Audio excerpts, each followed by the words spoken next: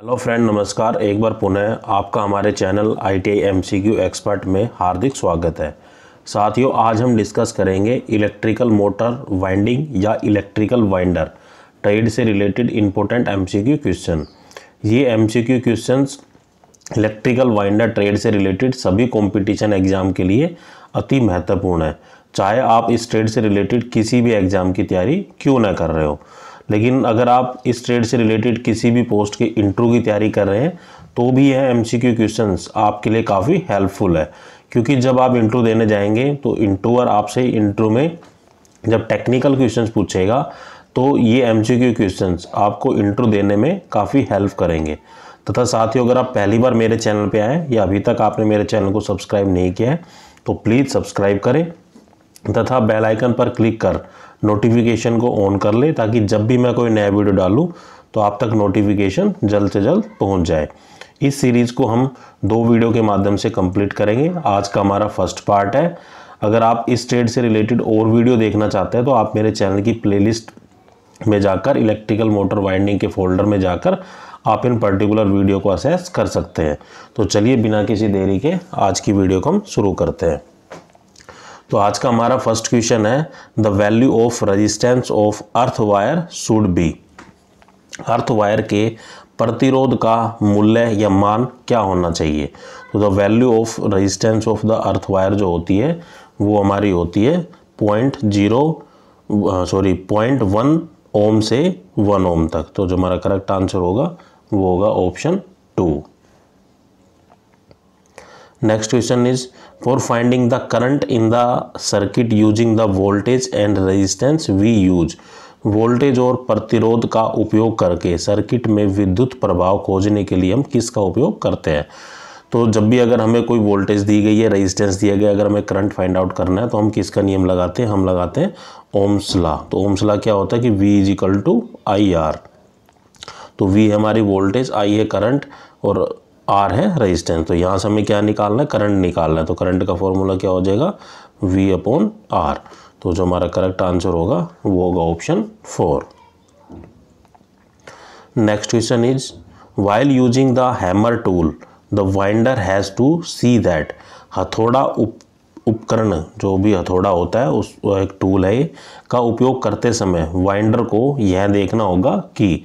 तो जब भी हथौड़ा यूज़ करता है तो वाइंडर को ये देखना होगा कि the sludge hammer to be use for striking the face wrench. Face wrench strike के लिए जो स्लज हथौड़े का उपयोग किया जाना चाहिए। तो जब भी हम जहाँ पे भी हम स्लज हैमर को जो स्ट्राइक कर रहे हैं तो जिस फेस पर स्ट्राइक कर रहे हैं तो वो प्रॉपरली स्ट्राइक हो। तो हमारा करेक्ट आंसर होगा वो होगा option 3। Next question is, yoke in DC motor is made up of. जो DC मोटर में योक है वो किस मटेरियल का बना होता है। तो जो DC motor direct current motor होती है जिसमें जो योक होता है वो बना होता है कच्चा लोहा या फिर कास्ट आयरन का। तो राइट आंसर होगा हमारा option 1। Next question is, which among the flowing induction motor does not require a starting device. निम्नलिखित में से कौन सी इंडक्शन मोटर में स्टार्टिंग डिवाइस की आवश्यकता नहीं होती है। तो जो 3 फेज इंडक्शन मोटर होती है उस मोटर को हमें जो 3 फेज इंडक्शन मोटर में जो स्ट्राइकिंग डिवाइस है उसकी आवश्यकता नहीं होती है। तो स्टार्टिंग डिवाइस जो दिया जाता है किसी भी चीज़ को स्टार्ट करने के लिए जो 3 फेज इंडक्शन मोटर है उसमें वह आवश्यक नहीं है। तो राइट आंसर होगा हमारा option 3। Next question is, the mandrel tool use in coil winding is made up of. जो कॉइल वाइंडिंग में इस्तेमाल होने वाला मैंड्रल उपकरण है वो किससे बना होता है। तो जो मैंड्रल टूल हम यूज़ करते हैं कॉइल वाइंडिंग में तो वो किस मटेरियल का बना होता है। तो वो मेटल का भी बना होता है और वुड का भी बना होता है, धातु का भी बना होता है और लकड़ी का भी बना होता है। तो द राइट आंसर होगा हमारा वो होगा option 3। Next question is, the good insulation leads to. जो अच्छे इंसुलेशन से क्या होता है। तो अच्छे इंसुलेशन से क्या होता है कि सही उपकरण संचालन होता है, द करेक्ट इक्विपमेंट ऑपरेशंस होती है। अगर हमने प्रॉपर इंसुलेशन किया हुआ है तो जो हमारे इक्विपमेंट है वो लंबे समय तक चलेंगे और उनका जो ऑपरेशंस होगा, जो भी कार्य कर रहे हैं वो करेक्टली कार्य करते रहेंगे। तो हमारा राइट आंसर होगा वो होगा option 1। Next question is the peak to peak voltage in the wave form is. Wave form में पीक टू पीक वोल्टेज क्या है? तो वेव टू जो पीक वोल्टेज होती है, पीक टू पीक वोल्टेज होती है इन द वेव फॉर्म में, वो होगी हमारी 8 वोल्ट। तो राइट आंसर होगा option 2। Next question is the dynamic and static balance is good for. गतिशील और स्थिर संतुलन इसके लिए अच्छा है। तो जो भी डायनेमिक और स्टैटिक बैलेंसिंग होती है वो किसके लिए अच्छी होती है? वो होती है हाउस होल्ड जनरेटर के लिए। जो घर में जनरेटर यूज करते हैं हम, वो स्टैटिकली और डायनेमिकली बैलेंस होता है और अच्छा होता है। तो राइट आंसर होगा हमारा option 2। Next question is which among the following wood working chisel is good for accessing package spaces in the piece work. टुकड़ों के नाम से पैक स्थान पर पहुंचाने के लिए निम्नलिखित में से कौन सा लकड़ी का काम करने वाला चीजल अच्छा होता है? तो जो हम चीजल यूज करते हैं, चीजल भी बहुत प्रकार की होती है। तो इस वर्क के लिए जो चीजल हम यूज करते हैं वो चीजल हम करते हैं फ्रेमिंग चीजल। तो राइट आंसर होगा हमारा option 2। Next question is the working of an alternator does not involves. एक अल्टरनेटर में काम में यह शामिल नहीं होता। तो अल्टरनेटर की वर्किंग में क्या चीज़ शामिल नहीं होती है? तो जो होता है, जो फ्लेमिंग राइट हैंड रूल है, वो हम जब भी वर्किंग प्रिंसिपल को एक्सप्लेन करते हैं अल्टरनेटर की, तो फ्लेमिंग राइट हैंड रूल है वो यूज नहीं होता है। Fleming left hand rule use होता है और Faraday law of electromagnetic induction है वो यूज होता है। तो जो हमारा करेक्ट आंसर होगा वो होगा option 2। Next question is in earthing the earth electrode is made up of. तो अर्थिंग में जो अर्थ इलेक्ट्रोड है वो किससे बना होता है? तो जो अर्थिंग में जो अर्थ इलेक्ट्रोड हम यूज करते हैं that is made of conductor या सहवाग। तो कंडक्टर क्या होता है कि विच फ्लो इलेक्ट्रिसिटी और हीट थ्रू पास इट। जो अपने अंदर से ऐसा मटेरियल या ऐसा सब्सटेंस जो अपने अंदर से हीट और इलेक्ट्रिसिटी को पास होने दे वो कहलाता है कंडक्टर, और जो पास ना होने दे वो कहलाता है इंसुलेटर। तो ये कह रहा है कि in earthing the earth electrode is made up of conductor या सहवाग। तो राइट आंसर होगा हमारा option 1। Next question is the Kapton tape can be use in the temperature range from. तो कैप्टन टेप का जब इस्तेमाल है वो किस टेम्परेचर सीमा या तापमान सीमा पर हम उपयोग कर सकते हैं? तो Kapton tape can be use in the temperature range from -269 degree Celsius to 260 degree Celsius. 269 से -269 से 260 डिग्री सेल्सियस तक हम यूज कर सकते हैं, या इसकी रेंज होती है जिसमें हम कैप्टन टेप्स को यूज कर सकते हैं। तो राइट आंसर होगा हमारा option 1। Next question is in transformer the turn ratio के needed to match 10 sources to load of 40 will be. Transformer में जो टर्न्स अनुपात को 10 लोड के अगर 40 स्रोतों के मैच करने की आवश्यकता होती है तो वो नंबर ऑफ टर्न, जो टर्न रेशियो होगा ट्रांसफॉर्मर में, वो कितना होगा? तो वो होगा 2। तो राइट आंसर हमारा होगा option 3। Next question is the armature of DC motor is built of thin laminated circular steel disc 2। DC motor के आर्मेचर का निर्माण पतली लैमिनेटेड की हुई गोलदार स्टील डिस्क के किया जाता है ताकि। तो क्या होता है कि जो आर्मेचर हम यूज करते हैं डीसी मोटर में वो लैमिनेटेड जो सर्कुलर डिस्क होती है उसको लैमिनेटेड इसलिए किया जाता है थिन फिल्म से, ताकि हम एडी करंट को, लॉस को, जो एडी करंट का जो लॉस होता है उसको हम कम कर सकें। तो to reduce the eddy current loss the armature of the DC motor is built of thin laminated circular disc. तो राइट आंसर होगा हमारा option 1। Next question is in induction motor the dynamic speed of rotation is calculated as. एक induction motor में आवर्ती की समकालीन गति की जो गणना है वो किस प्रकार की जाती है? तो जब भी हमें सिंक्रोनस मोशन की जो स्पीड निकालनी है उसका जो फॉर्मूला होता है वो होता है ns is equal to 120 into में फ्रीक्वेंसी और divide by number of pole. तो ns है ये हमारी सिंक्रोनस स्पीड को इंडिकेट करता है और इसकी जो कैलकुलेशन होती है वो आरपीएम में होती है, और f है हमारा फ्रीक्वेंसी और n है वो p है वो हमारा नंबर ऑफ पोल। तो यहाँ जो हमारा राइट आंसर होगा वो होगा ऑप्शन 1। 120 गुणा supply frequency divide by number of pole on the starter. तो जो फॉर्मूला बताया मैंने, इस फॉर्मूले का यूज़ करके हम कैलकुलेट कर सकते हैं सिंक्रोनस मोटर की स्पीड को। Next question is in DC armature winding dash is measure in term of armature conductors. DC armature winding में आर्मेचर कंडक्टर के संबंध में मापा जाता है। तो डीसी आर्मेचर जो मोटिंग वाइंडिंग होती है, इन डीसी आर्मेचर वाइंडिंग जो बैक पिच होती है, जो पीछे वाला पिच होता है, is measure in term of armature. तो जो हमारा करेक्ट आंसर होगा वो होगा option 4। Next question is which among the following metal has maximum conductivity. निम्नलिखित धातुओं में से किस में सबसे अधिक या अधिकतम प्रभावकता होता है। तो मैक्सिमम कंडक्टिविटी होती है वो किस मेटल की होती है, वो हमारी होती है सिल्वर की या फिर चांदी की। तो राइट आंसर होगा option 1। Next question is in the single phase voltage earth leakage circuit breaker there are how many terminals. एक single phase voltage earth leakage circuit breaker में कितने टर्मिनल होते हैं। तो एक single phase voltage earth leakage circuit breaker में 6 terminals होते हैं, तो 6 टर्मिनल्स होते हैं। तो राइट आंसर होगा हमारा option 3। Next question is the instantaneous peak voltage at 270 degree on 6 volt peak sine wave is. तो जो इंस्टेंटेनियस पीक वोल्टेज होगी 270 डिग्री पे, और जब 6 वोल्टेज पीक साइन वेव दी गई है तो उस जो वोल्टेज निकल के आती है वो आती है -6 वोल्ट। जो करेक्ट आंसर होगा हमारा option 2। Next question is while rewinding of motor the wire of the coil to be. जब भी हम मोटर की रिवाइंडिंग करते हैं तो उसके जो तार होते हैं कॉइल के वो कैसे होने चाहिए। तो मोटर की जो रिवाइंडिंग के दौरान कॉइल के तार होने चाहिए, तो कैसे होने चाहिए, सेम थिकनेस के। तो जो भी हम मोटर की रिवाइंडिंग करते हैं तो रिवाइंडिंग के दौरान जो तार यूज़ किया जाता है कॉइलिंग के लिए, तो उसकी जो थिकनेस होनी चाहिए तार की वो एक समान होनी चाहिए। तो करेक्ट आंसर होगा हमारा ऑप्शन 2, सेम थिकनेस या समान मोटाई। Next question is the smoke alarm system handle situation related to.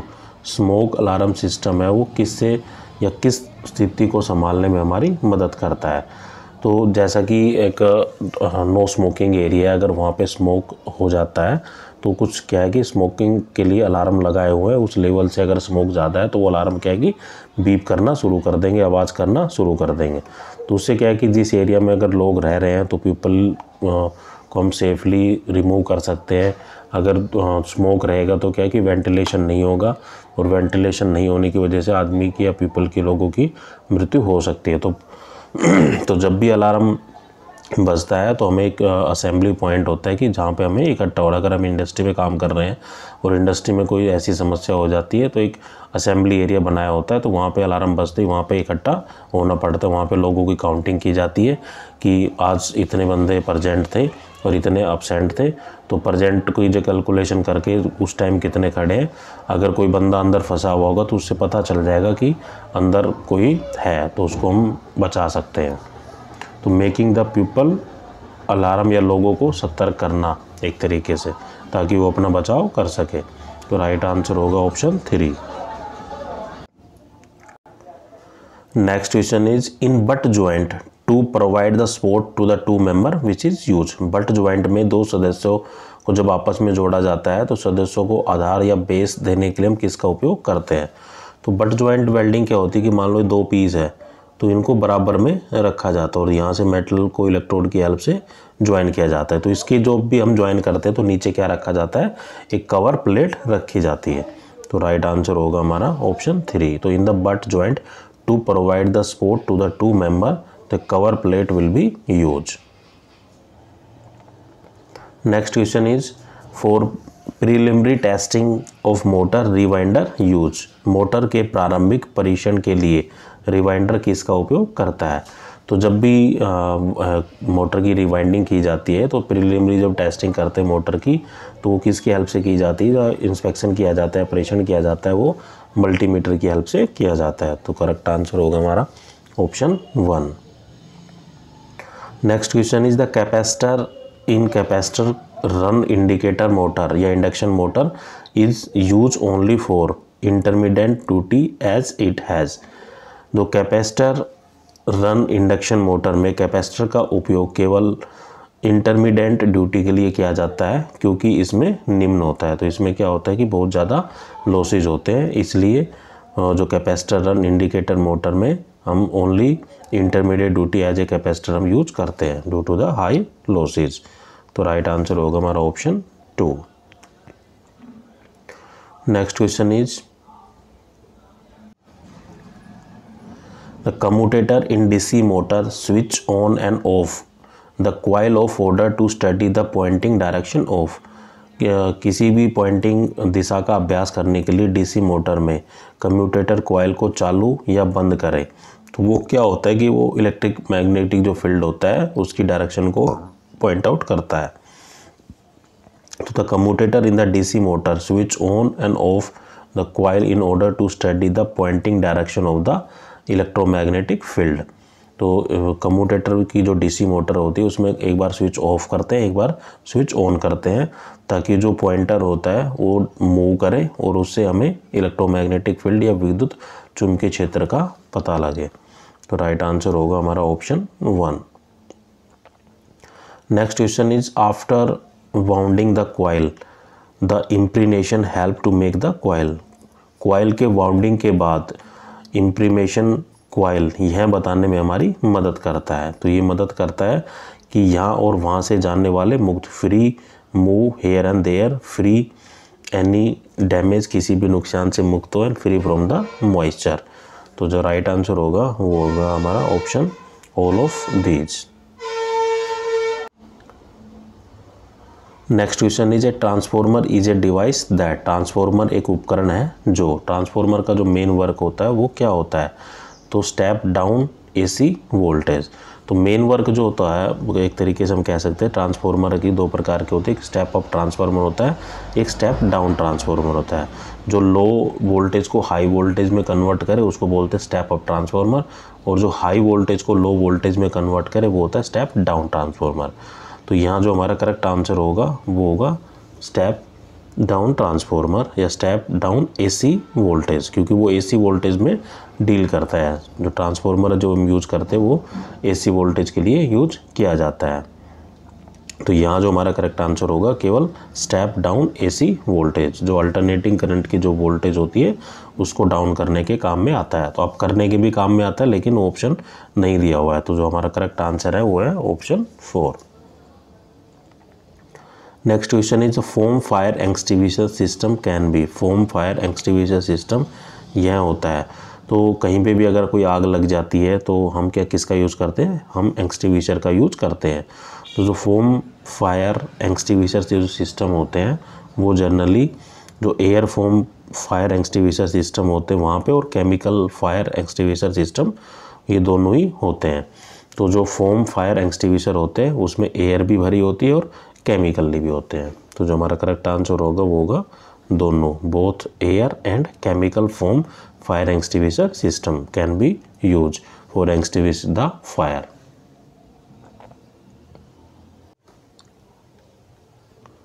Next question is the armature winding of DC machine is wound by. DC machine में जो आर्मेचर वाइंडिंग है वो किसके द्वारा वाउंड की जाती है, लपेटी जाती है। तो armature winding of DC machine is wound by lap winding और वेव वाइंडिंग। तो जब भी हम डीसी वाइंडिंग में जब वाइंडिंग करते हैं एक तरीके से तो उसको लपेटा जाता है, वाउंड किया जाता है आर्मेचर वाइंडिंग को। तो वो किसकी हेल्प से किया जाता है, वो लैप वाइंडिंग की और वेव वाइंडिंग की हेल्प, दोनों की हेल्प से किया जाता है। तो जो हमारा करेक्ट आंसर होगा वो होगा option 3। Next question is the prime mover in alternating current generator is short of. एक एसी जनरेटर में प्राइम मूवर एक तरह का किस तरह का काम करता है। तो prime mover in AC generator is a short of turbine. तो राइट आंसर होगा हमारा option 2। Next question is the joint shown in the figure is. आकृति में दिखाया गया जो ज्वाइंट है वो क्या है। तो आकृति में जो दिखाया गया जो ज्वाइंट है उसकी जो हेड की जो शेप होती है उससे हम पहचान सकते हैं। तो ये है हमारा काउंटर संक हेड रिवेट। एक रिविट है और काउंटर संक हेड है इसका। तो राइट आंसर होगा हमारा option 1। Next question is the megger instrument has. Megger instrument में क्या होता है? तो मैगर इंस्ट्रूमेंट मेनली यूज किस लिए किया जाता है? मैगर इंस्ट्रूमेंट को हम रेजिस्टेंस को मेजर करने के लिए या इंसुलेटिंग रेजिस्टेंस को मेजर करने के लिए हम मैगर इंस्ट्रूमेंट का उपयोग करते हैं। तो मैगर इंस्ट्रूमेंट में क्या होता है कि megger instrument has a 2 voltage coil. तो मैगर इंस्ट्रूमेंट में क्या होती है कि 2 वोल्टेज कॉइल होती है। तो राइट आंसर होगा हमारा ऑप्शन 3।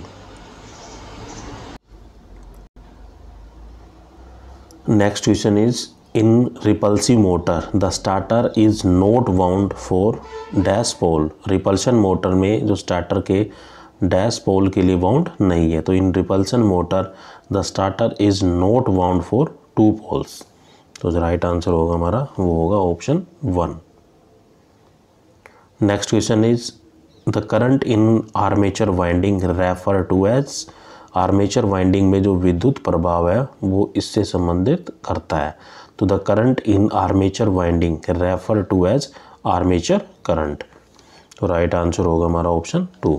साथियों ये क्वेश्चन जस्ट आपकी प्रैक्टिस के लिए है, ताकि क्योंकि आपको ने थ्योरी अपनी बुक से पढ़ लिया होगा, आप प्रैक्टिस के लिए MCQ क्वेश्चन लगा रहे हैं ताकि आपको ये आइडिया लग जाए कि एग्जाम में कैसे और किस तरीके से क्वेश्चन पूछे जाते हैं और उनके अकॉर्डिंग आप अपनी आगामी परीक्षा की तैयारी कर सकते हैं। अगर मैं आपको सभी ऑप्शन पढ़कर बताऊंगा तो उससे क्या लॉट ऑफ टाइम कंज्यूम होगा और वीडियो काफ़ी लेंथी हो जाएगी। तो आप वीडियो को पॉज कर पहले खुद से आंसर देने की कोशिश करना, बाकी आंसर मैं आपको बता ही रहा हूँ।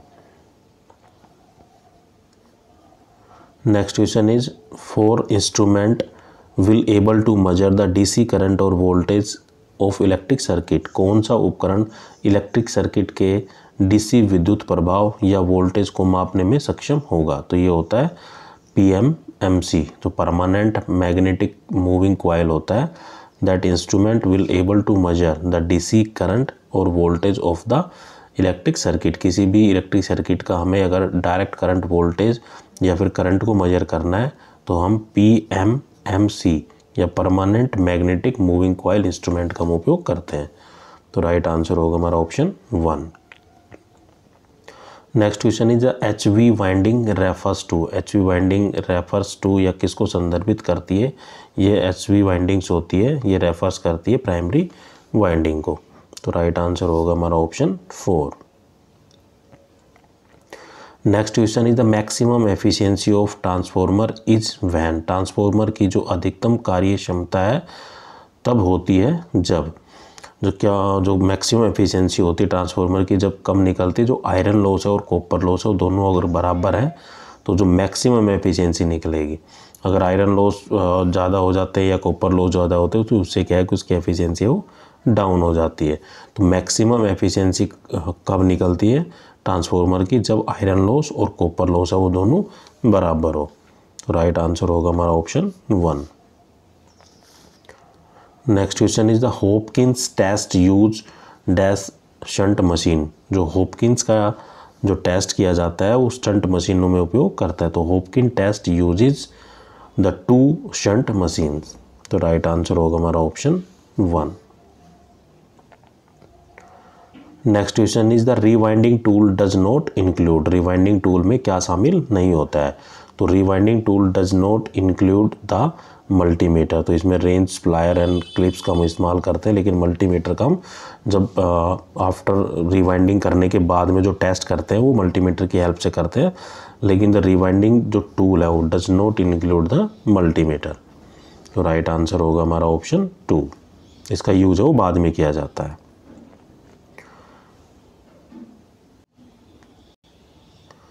Next question is which type of line is particular to section drawing. Section drawing के लिए किस प्रकार की विशेष लाइन होती है? तो ये होती है हमारी एक्सटेंशन लाइन। तो जो extension line is a particular to the drawing section. तो राइट आंसर होगा हमारा option 3। Next question is a drawing instrument set usually contain all of the following except. एक ड्राइंग उपकरण सेट में आमतौर पर निम्नलिखित सभी होते हैं किसको छोड़कर? तो ये drawing instrument set usually contains the compass होगा, स्केल होगा, डिवाइडर होगा, लेकिन इंकिंग पेन, जो इंकिंग पेन है उसकी आवश्यकता नहीं होती है, ना ही वो ड्राइंग इंस्ट्रूमेंट में इंक्लूड होती है।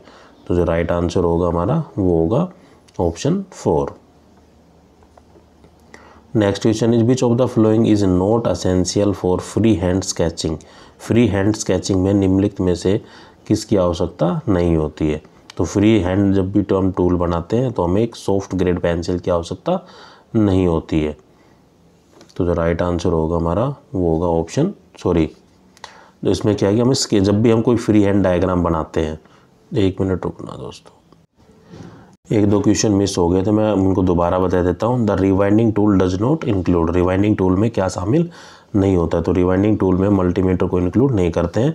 रिवाइंडिंग करने के बाद जब इंस्पेक्शन या टेस्ट किया जाता है तो तब हम मल्टीमीटर का उपयोग करते हैं। रिवाइंडिंग के दौरान हम जैसे पाइप रिंच बोल देते हैं, प्लायर या क्लिप्स, इनका हम उपयोग करते हैं, लेकिन मल्टीमीटर का जो इस्तेमाल है वो बाद में किया जाता है। Next question is where is the title block place in the sheet. शीर्षक ब्लॉक है वो सीट पर कहाँ स्थित होता है। तो जैसे कि आपने देखा होगा कि जो ड्राइंग हम बनाते, जो ड्राइंग सीट होती है, तो ड्राइंग सीट में एक टाइटल बॉक्स बनाया जाता है। तो टाइटल बॉक्स में क्या लिखा जाता है, ड्राइंग का नंबर हो गया, नेम, रोल नंबर, ये चीज़ें हम लिख सकते हैं। तो जो टाइटल बॉक्स हमेशा बनाया जाता है वो राइट हैंड कॉर्नर में बनाया जाता है। एक तरीके से हम कह सकते हैं कि बॉटम मतलब नीचे का हिस्सा हो गया और राइट हैंड में हो गया। तो बॉटम राइट कॉर्नर में जो भी हम टाइटल बॉक्स बनाते हैं इंजीनियरिंग ड्राइंग सीट में, तो वो बनाया जाता है बॉटम राइट कॉर्नर में। तो जो हमारा करेक्ट आंसर होगा वो होगा option 3। Next question is the which type of line is particular to section drawing. Section drawing के लिए किस प्रकार की विशेष लाइन होती है। तो जो सेक्शन ड्राइंग के लिए जो पर्टिकुलर लाइन होती है वो होती है cutting plane line. Cutting plane line is a type of line is particular to the section drawing. तो राइट आंसर होगा हमारा वो होगा option 4। Next question is a drawing instrument set usually contain all of the except. एक drawing उपकरण set में आमतौर पर निम्नलिखित में से सभी होते हैं सिवाय। तो ड्राइंग जो इंस्ट्रूमेंट होता है यूजुअली क्या क्या कंटेंट रखता है। जो बो कैंपस होता है उसके पास डिवाइडर होता है, इंकिंग पेन होता है, लेकिन जो स्केल का यूज नहीं किया जाता। एक तरीके से मिनी ड्राफ्टर हम यूज करते हैं जब किसी भी ड्राइंग को हम बनाते हैं। तो ये पूछ रहा है कि जो drawing instrument set usually contain all of the following, किसको छोड़कर, तो स्केल को छोड़कर ड्राइंग इंस्ट्रूमेंट में इंक्लूड होते हैं। Next question is which of the following is not essential for the free hand sketching.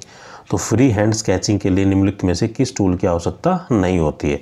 तो जब भी हम कोई फ्री हैंड डायग्राम बनाने, मान लो मैंने ऐसा कुछ किया, तो इसमें क्या है कि मुझे स्केल की आवश्यकता नहीं होती। तो जब भी हम फ्री हैंड स्केचिंग बनाते हैं या फ्री हैंड डायग्राम बनाते हैं तो उसमें हमें क्या है कि स्केल की आवश्यकता नहीं होती है या पैमाने की आवश्यकता नहीं होती है।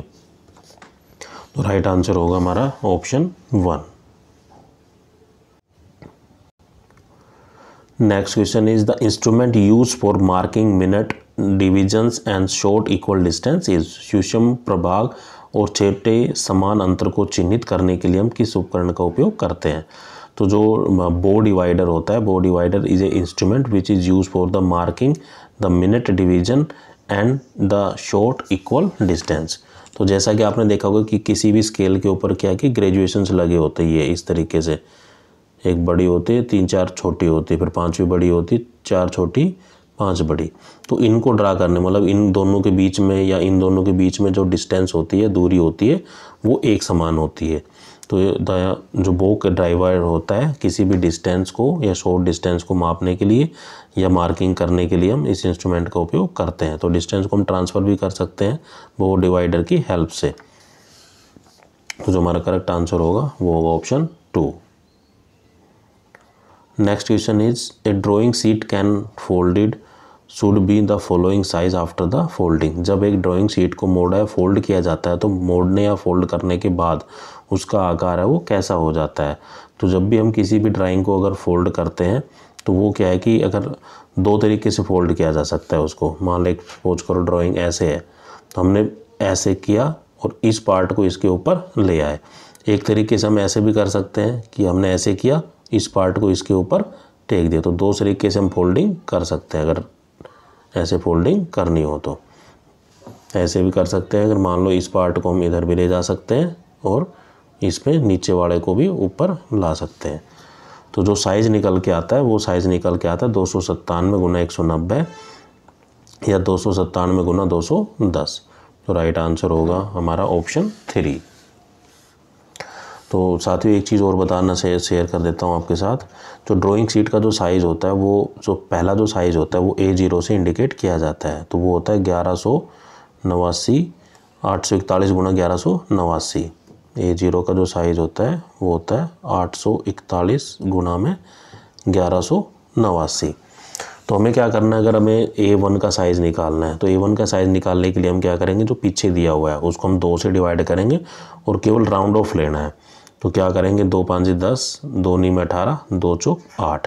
तो 21 तरीके से क्या करेंगे, जो आगे लिखा हुआ है उसको पीछे लिख देंगे। तो हमने क्या किया, सिंपल हमें A0 का जो साइज़ है वो याद रखना है। तो A0 का साइज़ क्या होता है, 841 गुणा में 1189। जैसे मेरे से गलती होगी थी 1189 मैंने आगे लिख दिया, तो आपको ये गलती नहीं करनी है। तो आपको केवल A0 साइज़ की जो ड्राइंग शीट है उसी का साइज़ याद रखना है। वो होता है 841 गुणा में 1189। ये सभी डायमेंशन मिलीमीटर या mm में होती है।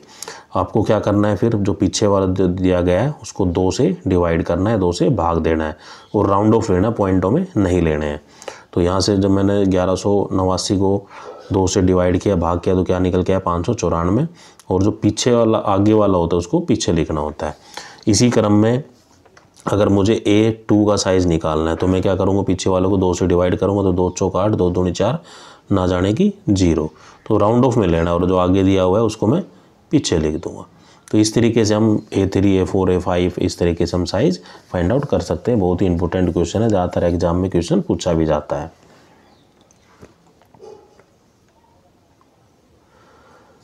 Next question is A circle of small radius can be sketch free hand by. जो छोटी त्रिज्या के एक वृत्त या सर्कल को मुक्त हाथ से किसके द्वारा स्केच किया जा सकता है। तो द फर्स्ट सर्कल या first drawing a square then a circle within the square.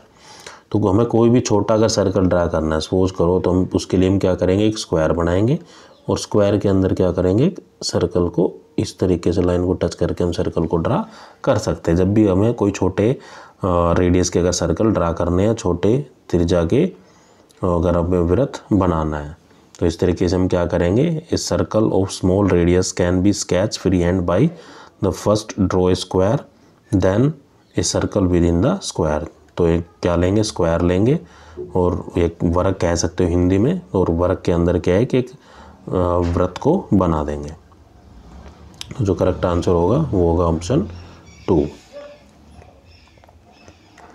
Next question is if the 10 mm length is represented as 1 mm on the drawing then what will be the RF या representative factor। तो इसके लिए अगर मैं इस question की बात करता हूँ साथियों, तो एक तरीके से कह सकता हूँ कि ये क्वेश्चन है वो गलत है, या तो फिर इसका क्वेश्चन गलत नहीं, यहाँ से तो ऑप्शन गलत हो सकते हैं। मैं इसके लिए आपको एक फार्मूला बताता हूँ, जो RF निकालने का जो फार्मूला होता है। तो RF निकालने का जो फार्मूला होता है या रिप्रेजेंटेटिव फैक्टर निकालने का जो फार्मूला होता है वो हमारा होता है length on map divide by length in reality. Length in reality. तो क्या होता है कि किसी भी ऑब्जेक्ट की जो लेंथ है वो सच में क्या है, रियली में क्या है, तो वो तो नीचे आ जाएगा। और जो हम ड्रा कर रहे हैं किसी भी मैप के ऊपर या किसी भी ड्राइंग शीट के ऊपर, तो वो क्या लिखा जाएगा, ऊपर लिखा जाएगा। तो ये कह रहा है कि 10 mm लेंथ, जब देख 10 mm की जो लेंथ है, मतलब एक्चुअल लेंथ ये है, तो लेंथ इन रियलिटी या length in actual is represented as 1 mm on the drawing then what will be the representative factor. तो जो रियल में या एक्चुअल में जो लेंथ होती है वो नीचे लिखी जाती है, और जो हम ड्रा कर रहे हैं किसी भी ड्राइंग शीट के ऊपर या किसी भी पेपर के ऊपर या किसी भी मैप के ऊपर, तो वो लिखी जाती है ऊपर। तो हमें लेंथ इंक्लूड करनी है। तो यहाँ जो हमारा RF होगा, एक तरीके से मैं कह सकता हूँ जो रिप्रेजेंटेटिव फैक्टर होगा वो क्या है, जो ऑन द मैप हम कैसे ड्रा कर रहे हैं 1 मिलीमीटर, और एक्चुअल में लेंथ कितनी है 10 मीटर। तो किसी को भी हम मीटर या मिलीमीटर में कन्वर्ट कर सकते हैं। तो 1 मिलीमीटर में कितने होते हैं 10⁻³ मीटर, और नीचे है 10 मीटर, तो मीटर से मीटर कट जाएगा, तो ये क्या हो जाएगा 1/10⁴ हो जाएगी, या इस तरीके से हम लिख सकते हैं, मतलब 1 में आगे लिख देता हूँ मैं, ये था हमारा 10⁻³ तो ये नीचे जाएगा तो क्या हो जाएगा 10 की पावर ऐड हो जाएगी, तो ऐड हो जाएगी तो एक तरीके से क्या कह सकता हूँ 1 2 3 4, तो इसको जब हम डिवाइड करेंगे तो क्या निकल के आएगा, ये आंसर आएगा। लेकिन ऐसा कोई ऑप्शन में नहीं है, तो मैं कह सकता हूँ ऑप्शन गलत है, जो हमारा राइट आंसर है वो ये है। नेक्स्ट क्वेश्चन है हमारा, an area of 225 square centimetre on map represent an area of 25 square kilometre in the field, then find the RF या रिप्रेजेंटेटिव फैक्टर। तो वही फॉर्मूला हमें यूज करना है RF या रिप्रेजेंटेटिव फैक्टर का जो फॉर्मूला होता है वो होता है लेंथ ऑन मैप या length on the drawing divide by length in actual या लेंथ इन रियलिटी। तो अभी क्या दिया हुआ है कि हमें एरिया दिया हुआ है, तो एरिया का जो मान लो एक एरिया क्या दिया हुआ है 225 स्क्वायर सेंटीमीटर एरिया दिया गया है। तो एरिया क्या होता है, किससे मिलकर बना होगा, लेंथ इंटू ब्रेड से मिलकर बना होगा, तो 225 सेंटीमीटर स्क्वायर। तो एक तरीके से मैं कह सकता हूँ लेंथ मान लो स्क्वायर मान लेता हूँ, स्क्वायर फील्ड है वो, तो L का स्क्वायर क्या हो जाएगा 225 सेंटीमीटर स्क्वायर। तो यहाँ से मैं L निकालूंगा तो L की वैल्यू कितनी आ जाएगी √225 सेंटीमीटर। तो जो L की वैल्यू आएगी वो कितनी आएगी 15 सेंटीमीटर या 15 सेंटीमीटर, क्योंकि 225 का जो स्क्वायर रूट होता है वो होता है 15 को 15 से मल्टीप्लाई करते हैं या गुणा करते हैं तो कितना आता है 225 आता है। तो इसी क्रम में हम दूसरा निकाल लेंगे, जो एरिया कितना दिया हुआ है 25 स्क्वायर किलोमीटर दिया हुआ है, तो एरिया यहाँ पे कितना दिया हुआ है 25 किलोमीटर स्क्वायर दिया हुआ है। तो यहाँ से मैं लेंथ निकालूंगा तो क्या हो जाएगा 25 किलोमीटर स्क्वायर, तो यहाँ से L कितना आ जाएगा 5 किलोमीटर। तो मैंने एरिया से क्या कराया कि लेंथ को निकाला है। अब हम क्योंकि जो फॉर्मूला में रिप्रेजेंटेटिव फैक्टर में हमें क्या करने दिखानी होती है लेंथ को दिखाना होता है। तो लेंथ को दिखाने के लिए अब हमें क्या करना होगा, क्योंकि जो लेंथ आई है ऑन द मैप, तो मैप की जो लेंथ आई है वो कितनी आई है हमारी 15, और रियलिटी में लेंथ कितनी है वो है 25, लेकिन यूनिट का फ़र्क है, यहाँ सेंटीमीटर है और नीचे हमारा किलोमीटर। तो इसको हम कन्वर्ट करते हैं, देखो मैं आपको दिखाता हूँ। तो RF है हमारा 15 सेंटीमीटर और ये है हमारा 25 किलोमीटर। तो ऊपर तो एज इट इज़ रहने दो सेंटीमीटर, नीचे देखो 25। तो 1 किलोमीटर में कितने मीटर होते हैं, वो होते हैं 1000 मीटर, ये आ गया मीटर में। लेकिन अभी हमें सेंटीमीटर में चाहिए, हम देखो 15 सेंटीमीटर डिवाइड बाई 25 नहीं, तो कैलकुलेशन मैं कर चुका हूँ ना, 5 का ही 5 आएगा, दोबारा बताता हूँ साथियों, गलत कर दिया मैंने। जो RF है रिप्रेजेंटेटिव फैक्टर वो हमें क्या लेना है लेंथ ऑन द मैप। तो लेंथ ऑन द मैप कितनी निकल के आई है, वो आई है हमारी 15, वो निकल के आई हमारी 15 सेंटीमीटर। और लेंथ ऑन रियलिटी या लेंथ ऑन एक्चुअल वो आई है हमारी 25 का जो स्क्वायर करेंगे तो कितना आएगा 5, ये है 5 किलोमीटर। अब साथियों देखो ये ऊपर सेंटीमीटर, 5 गुना में कितने होते हैं 1000 मीटर। अब फिर कन्वर्ट करेंगे 15 सेंटीमीटर डिवाइड बाई 5 इंटू में 1000 गुणा में 1 मीटर में कितने सेंटीमीटर होते हैं, वो होते हैं 100। तो इस तरीके से आप काटा पीटी कर देंगे, 5 दिया 15, 3 बटे में कितनी जीरो, 3 ये रही 2 ये रही, तो कितनी जीरो आ गई 5। तो जो राइट आंसर होगा हमारा होगा ऑप्शन 1। तो RF निकालने का जो सिंपल फार्मूला है वो है लेंथ ऑन मैप और लेंथ इन रियलिटी या लेंथ ऑन ड्राइंग और लेंथ इन एक्चुअल। तो यहाँ पे हमें एरिया दिया हुआ है, तो एरिया से पहले हम क्या निकालेंगे लेंथ निकालेंगे।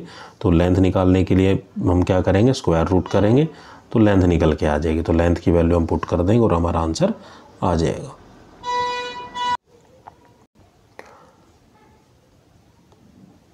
Next question is dash are the free hand tool या hand tools basically design to insert to tight और to loose and to remove the screw. तो हस्त औजार कौन सा है जो पेच को अंदर लगाने, कसने और ढीला करने और निकालने के लिए विशेष रूप से डिजाइन किया गया है? तो ये होता है स्क्रू ड्राइवर। जो पेचकस आपने नाम सुना होगा, एक हैंड टूल है जिसके द्वारा हम किसी भी स्क्रू को टाइट कर सकते हैं, लूज कर सकते हैं, इंसर्ट कर सकते हैं और रिमूव कर सकते हैं।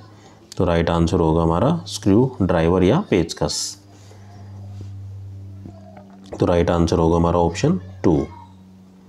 Next question is the single stroke letter means. एकल स्ट्रोक जो लेटर का जो मेन अर्थ है या किसी भी अक्षर का मतलब क्या होता है? तो the thickness of line of the letter should be such as obtain in one stroke of pencil. तो सिंगल स्ट्रोक जो लेटर का जो मतलब होता है वो होता है अक्षर की रेखा की मोटाई ऐसी होनी चाहिए जो पेंसिल के एक स्ट्रोक से प्राप्त की जाती है। तो वो कहलाता है हमारा सिंगल स्ट्रोक। तो राइट आंसर होगा हमारा option 2। Next question is the locus line extreme position of movable part and pitch circle are shown by which line. The locus line या गतिशील भागों के चरम स्थिति और पिच सर्कल किस लाइन द्वारा दिखाए जाते हैं? ये दिखाए जाते हैं with the help of the centre line. तो राइट आंसर होगा हमारा option 4। Next question is the construction line should be. जो निर्माण रेखा वो कैसी होनी चाहिए? तो construction line should be very thin and फेंट, बहुत ही पतली और फीकी होनी चाहिए। तो राइट आंसर होगा हमारा option 1। Next question is dash the welding joint are made when two plate overlap. जब दो प्लेटों को परस्पर व्यापक या ओवरलैप होती है तो जो वेल्डेड जॉइंट है वो बनते हैं। तो जब भी देखा, एक तरीके से बताता हूँ, अगर प्लेटों को इस क्रम में रखा जा रहा है तो ये जो जॉइंट कहलाता है ये कहलाता है हमारा बट जॉइंट। अगर प्लेटों को एक प्लेट के ऊपर दूसरी प्लेट रखी जा रही है इस तरीके से और यहाँ वेल्डिंग की जा रही है, इनको ऐसे जोड़ा जा रहा है यहाँ पे, तो ये हमारा कहलाता है लैप जॉइंट। जब प्लेटों को साथ में रखा जाए तो वो होता है बट जॉइंट। प्लेटों को एक दूसरे के ऊपर रखा जाए, ओवरलैप किया जाए तो वो जो क्या कहलाता है हमारा लैप जॉइंट किया जाता है। तो इनको जोड़ने के लिए हम किसका उपयोग करते हैं? फिलेट का उपयोग करते हैं। तो कौन सी फिलेट? एक तरीके से हम कह सकते हैं, इसमें जो आंसर दिया गया है ये हमसे जॉइंट पूछ रहा है कि जो जब भी दो प्लेटों को ओवरलैप करते हैं तो वो जो जॉइंट बन के आता है वो कौन सा जॉइंट बन के आता है? तो वो जॉइंट बनता है हमारा लैप जॉइंट। तो यहाँ एक तरीके से हो सकता है इसका आंसर 1 फिलेट भी कह सकते हैं या फिर लैप जॉइंट भी कह सकते हैं। Next question is the full form of SCR is. SCR का जो फुल फॉर्म है वो क्या है? तो SCR stand for silicon control rectifier. तो रेक्टिफायर क्या होता है कि जो AC को DC में कन्वर्ट करता हो। तो यहाँ SCR का मतलब है सिलिकॉन कंट्रोल रेक्टिफायर। तो राइट आंसर होगा हमारा option 2। Next question is the thickness of stem of Gothic letter in the range. जो गोथिक अक्षरों के तने की जो मोटाई है वो इस श्रेणी में होती है। तो जो thickness of stem of Gothic letter की जो रेंज होती है वो होती है 1/5 से 1/10 to the height of the letter. जो लेटर की हाइट होती है उसका 1/5 और 1/10 से जो उसकी जो गोथिक लेटर की रेंज है वो होती है। तो राइट आंसर होगा हमारा option 3। Next question is what are the 3 main effect of electric current. विद्युत प्रभाव के जो 3 मुख्य प्रभाव है वो कौन कौन से हैं? तो जो मेन इफेक्ट है या मेन 3 इफेक्ट है ऑफ द इलेक्ट्रिक करंट वो होते हैं हमारे हीटिंग, मैग्नेटिक एंड केमिकल, ताप, चुंबकीय और रासायनिक। तो जो राइट आंसर होगा हमारा वो होगा option 2। Next question is if A small neo bulb with 2 insulated wire attached at the bottom of the bulb housing and each wire end in a metal test probe, what is the type of test? एक छोटा सा neon bulb जो insulated तारों के बीच bulb housing के निचले house से जुड़ा हो तो जो टेस्ट किया जाता है तो उस टेस्ट का नाम क्या होता है? तो वो हम कहते हैं वोल्टेज टेस्टर। तो वोल्टेज टेस्टर की हेल्प से हम ये टेस्ट को, परीक्षण को हम इंस्पेक्टेड कर सकते हैं। तो राइट आंसर होगा हमारा option 2। Next question is which among the following is included in PPE। जो भी पर्सनल प्रोटेक्टिव इक्विपमेंट या पीपीई जो सुरक्षा के लिए हम यूज करते हैं उसमें कौन कौन से इंक्लूड होते हैं। तो उसमें अगर ये डिपेंड करता है कि जो पीपीई हमें कहाँ पे, अगर हम ग्राइंडिंग करने तो हमें गोगल्स पहनने हैं, और वेल्डिंग कर रहे हैं तो हमें सेफ्टी गोगल्स पहनने हैं, अगर हम कहीं हाइट पे काम कर रहे हैं तो हमें हेलमेट पहनना है, और अगर हम कोई ऐसी जगह काम कर रहे हैं जहाँ आग लगने का खतरा हो तो हम एप्रन पहन सकते हैं। तो एक तरीके से क्या है कि सारे पीपी हैं, पर्सनल प्रोटेक्टिव इक्विपमेंट है, जो हमारे रक्षा करने में हमारी सहायता करता है। तो गोगल्स, हेलमेट या प्रोटेक्टिव क्लोथ्स, तो ये सभी करेक्ट हैं। तो राइट आंसर होगा हमारा ऑप्शन 4।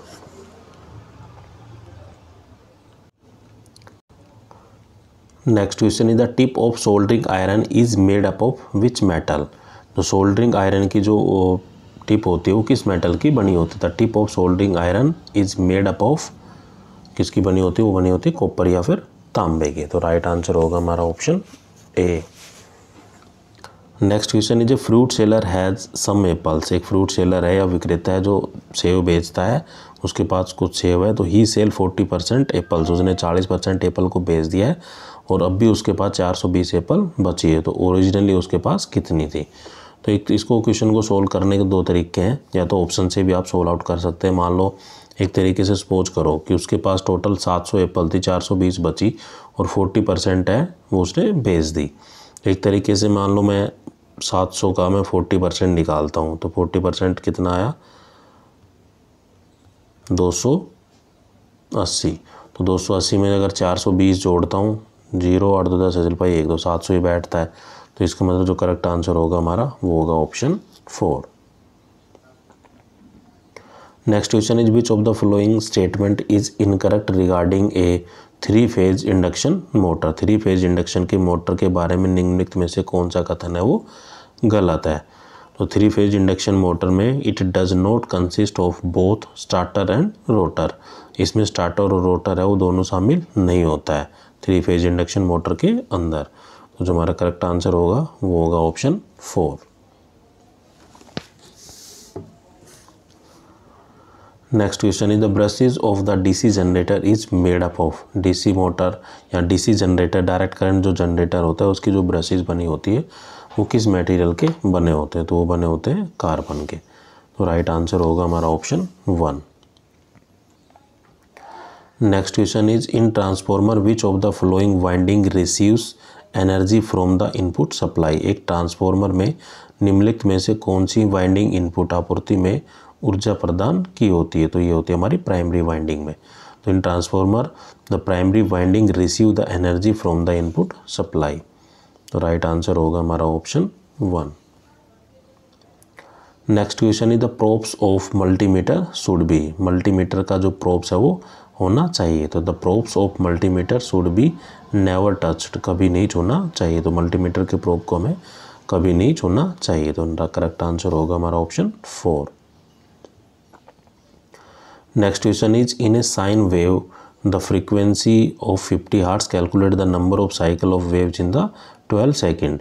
तो 1 सेकंड में कह सकते हैं कि जो फ्रीक्वेंसी है वो कितनी 50 हर्ट्ज है, तो हमें 12 सेकंड में पूछी जा रही है। तो हम क्या करेंगे, 50 को 12 से मल्टीप्लाई कर देंगे तो नंबर ऑफ साइकिल है वो कैलकुलेट हो जाएगी। तो कितनी आएगी, 600 साइकिल या चक्र। Next question is how much resistance is needed to draw 15 milliampere from a volt of 10 volt source.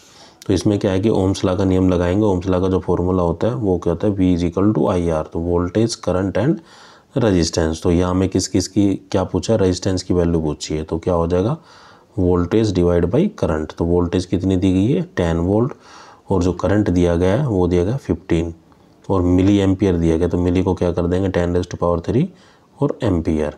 तो ये दिया गया है वोल्ट में। जब हम इसको कैलकुलेट करेंगे तो जो हमारा करेक्ट आंसर आएगा वो आएगा 666.67 ओम।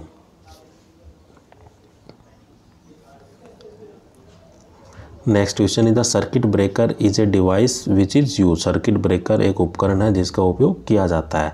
तो circuit breaker is a device which is use for current interruption. विद्युत प्रवाह की रुकावट के लिए हम सर्किट ब्रेकर में एक डिवाइस यूज करते हैं। सर्किट ब्रेकर एक ऐसा उपकरण है जिसका उपयोग विद्युत प्रवाह रुकावट के लिए किया जाता है। तो राइट आंसर होगा हमारा option 2। Next question is which type of insulator is shown in the given figure. दी गई आकृति में किस प्रकार का इंसुलेटर वो दिखाया गया है। तो दी गई आकृति में जो इंसुलेटर दिखाया गया ये हमारा पिन टाइप इंसुलेटर। तो राइट आंसर होगा हमारा option 2। Next question is the megger is an instrument which is use to measure. Megger एक उपकरण है जिसका उपयोग किस चीज़ को मापने के लिए किया जाता है। तो मैगर एक इंस्ट्रूमेंट है जो कि इंसुलेटर रेजिस्टेंस या इलेक्ट्रिकल लीकेज कोई वायर में हो तो उसको हम मेजर कर सकते हैं, या तार में विद्युत रिसाव। तो जो करेक्ट आंसर होगा हमारा option 3। Next question is a transformer with 800 primary turns and 200 secondary turns with a supply of 100 volt AC supply, calculate the secondary voltage.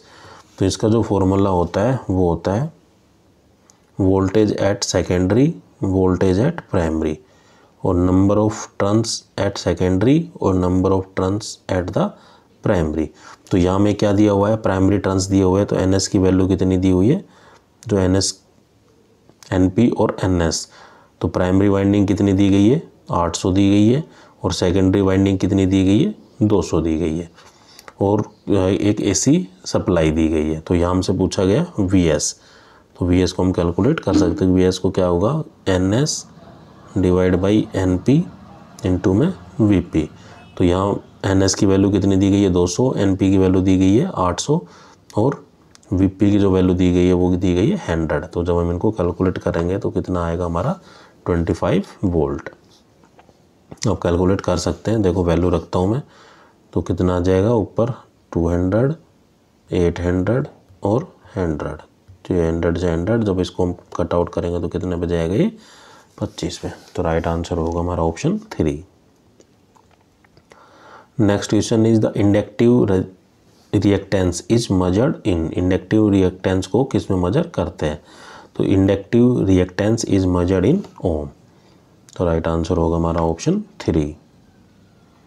Next question is what is the type of motor displayed in the given figure. दी गई आकृति में किस प्रकार की motor को दर्शाया गया है।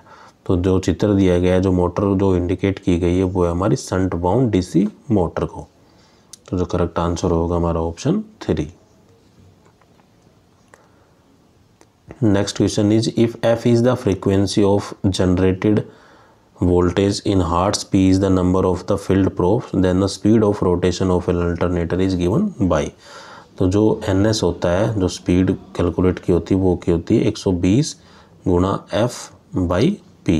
तो यह P होते हैं नंबर ऑफ पोल, F होती है हमारी फ्रीक्वेंसी, और NS होती है सिंक्रोनस मोशन की स्पीड कह सकते हैं, जिसको हम RPM में मेजर करते हैं।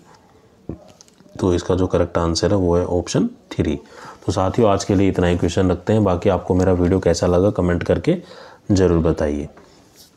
अगर आप इस ट्रेड से रिलेटेड इलेक्ट्रिकल मोटर वाइंडिंग से रिलेटेड आप तैयारी कर रहे हैं तो अगर आप ALM की जो वीडियो है आप वो भी देख सकते हैं, क्योंकि उसमें भी इलेक्ट्रिकल का पोर्शन है, और इलेक्ट्रीशियन ट्रेड की वीडियो है वो भी आप देख सकते हैं। तो आपको सब मेरी चैनल की जो प्लेलिस्ट है उसमें असिस्टेंट लाइनमैन के जो प्रीवियस ईयर के पेपर हैं, या जो इम्पोर्टेंट MCQ क्वेश्चन है वाइंडिंग के, इलेक्ट्रीशियन के, आपको सब कुछ अगर चाहिए तो आपको मेरी प्लेलिस्ट में जाना होगा। प्लेलिस्ट पे एक पर्टिकुलर फोल्डर में जाकर आप इन वीडियो को असेस कर सकते हो। थैंक यू, जय हिंद।